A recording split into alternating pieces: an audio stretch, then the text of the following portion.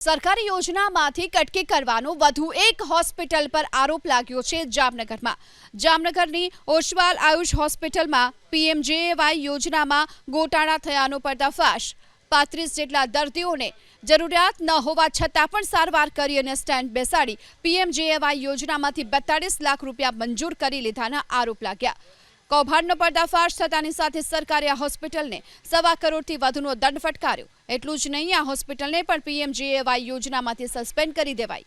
હોસ્પિટલના cardiac procedure વિભાગના doctor Shripad ભાવિસ્કરને પણ સસ્પેન્ડ કરાયા। જો કે હોસ્પિટલના સેન્ટર હેડ દેવેન્દ્રસિંહ ઝાલાએ તમામ પ્રક્રિયા નિયમ મુજબ કરવામાં આવી હોવાનો દાવો કર્યો। સંબંધિત સત્તાધીશોની સાથે સરકારની મંજૂરીઓ બાદ જ તમામ પ્રક્રિયા કરવામાં આવી હોવાનો દાવો કરવામાં આવ્યો। જામનગરની ઓશવાલ આયુષ હોસ્પિટલમાં પીએમજેએવાય યોજનામાં ગોટાળા થયાનો પર્દાફાશ।